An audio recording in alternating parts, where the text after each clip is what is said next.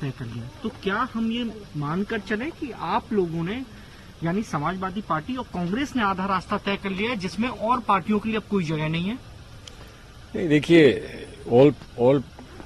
और पार्टी या कोई और पार्टी, इसकी तो कहीं पर चर्चा ही नहीं थी।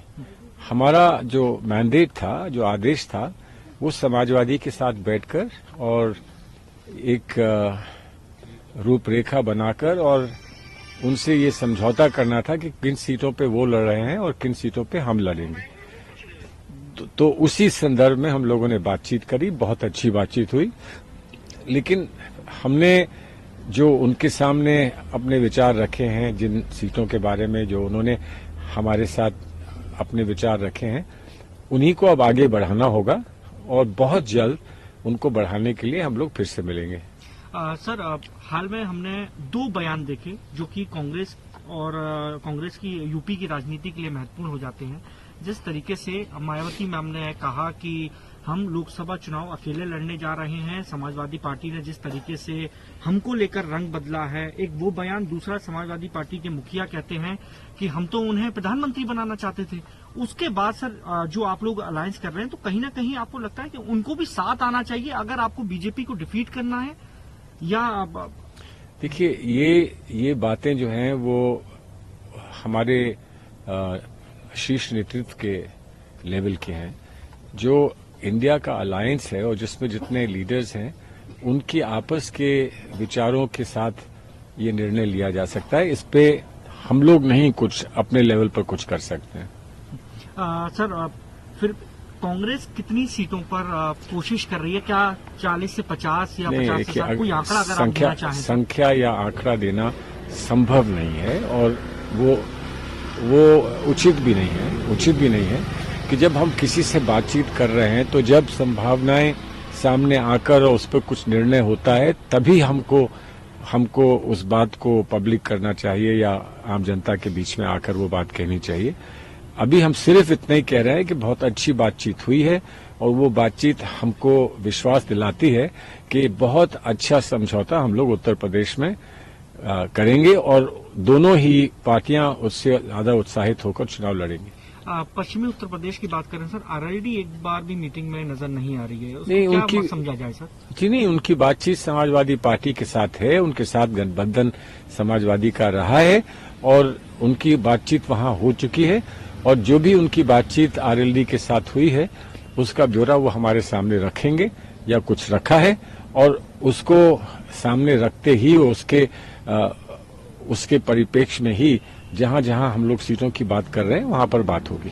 सर, क्योंकि अब 3 से 4 दिन बचे हैं मुश्किल से राम मंदिर को लेकर सवाल, हालांकि पूछना ऐसा जरूरी है। नृपेंद्र मिश्रा इस बात को कह रहे हैं, जब उनसे पूछा गया कि जो भगवान राम को लेकर जो राजनीति चल रही है, उस पर आपकी क्या प्रतिक्रिया है? तो उनका जवाब था, क्या भगवान राम को पॉलिटिकली किया जा रहा है या उनके अनुयायी राजनीति कर रहे हैं? आपको लगता है ये स्टेटमेंट आज के वक्त में इम्पोर्टेंट हो गया है, जबकि 4-5 दिन बचे हैं? आपको लगता है कि राजनीति इस पर ज्यादा हो रही है या अनुयायी ज्यादा कर रहे हैं? देखिए, जो भी कर रहा है उसको ही दायित्व उसका बनता है कि वो इसका जवाब दे। हम तो इतना मानते हैं कि एक बहुत महत्वपूर्ण एक क्षण है। बहुत सारी आस्थाएं जुड़ी हैं भगवान राम से और अयोध्या में भगवान राम का एक मंदिर बना है और उसकी आस्था में बहुत सारे लोग वहां पहुंच रहे हैं। हम उनको उसके लिए शुभकामनाएं देते हैं और मैं ये उम्मीद करता हूं कि भगवान राम की जो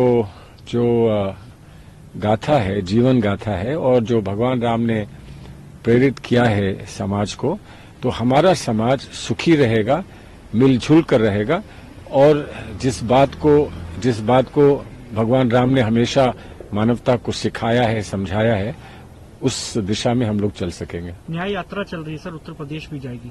आप चाहेंगे व्यक्तिगत तौर पर कि जब यूपी में यात्रा पहुंचे तो उस वक्त अयोध्या राहुल गांधी जाएं, देखिए, दर्शन करें?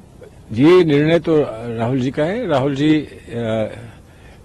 एक धार्मिक सोच के व्यक्ति हैं, एक व्यापक सोच के व्यक्ति हैं और उन्होंने ये कहा है कि मैं धर्म को राजनीति से नहीं जोड़ता हूं और इसीलिए यहाँ पर 22 तारीख को जब राजनीति को जोड़ा जा रहा है धर्म से, हम लोग उससे दूर रह रहे हैं। अब वो कब जाना चाहेंगे, कैसे जाना चाहेंगे, वो उनका निर्णय है और मैं समझता हूं उनका निर्णय उचित निर्णय आपको पता चलेगा समय से। एक आखिरी सवाल लूंगा सर, आप ही के अलायंस पार्टनर हैं आम आदमी पार्टी।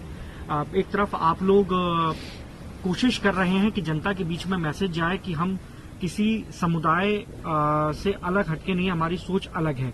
वहीं सुंदरकांड करना, अयोध्या तक ट्रेनें चलाना और ये लोगों तक एक मैसेज देना क्लियर, आपको लगता है कि ये जरूरी है जिस वक्त आप लोग ये कह रहे हैं कि लोगों की बात पहुंचाई जाए, लोकसभा चुनाव के अंदर धर्म को थोड़ा सा पर्सनल रखा जाए? अब इसको वो पर्सनल ही मानते होंगे, लेकिन हम तो इतना जानते हैं कि सामूहिक अगर हम लोग एक बैठते हैं, साथ सब लोग आपस में बैठते हैं और चर्चा करते हैं, तो हम ये प्राथमिकता देते हैं इस बात को कि हमारे नौजवानों को रोजगार मिलेगा, नहीं मिलेगा, गरीबी कैसे हटेगी और भ्रष्टाचार को हम अपने समाज से कैसे दूर कर सकते हैं। हम तो इन चीजों की बात करते हैं, लेकिन आस्था की बात होती है। कोई अपनी सेवा अगर देना चाहता है, भगवान के नाम पर देना चाहता है, धर्म के नाम पर देना चाहता है, तो ये उसका निर्णय है। नमस्कार, मैं हूं मानक गुप्ता। अगर आपको हमारा ये वीडियो पसंद आया हो तो इसे लाइक और शेयर जरूर करें, और हां, हमें सब्सक्राइब और फॉलो करना ना भूलें ताकि आप देश और दुनिया की कोई खबर मिस ना करें। तो जुड़े रहिए हमारे साथ और देखते रहिए न्यूज़ 24।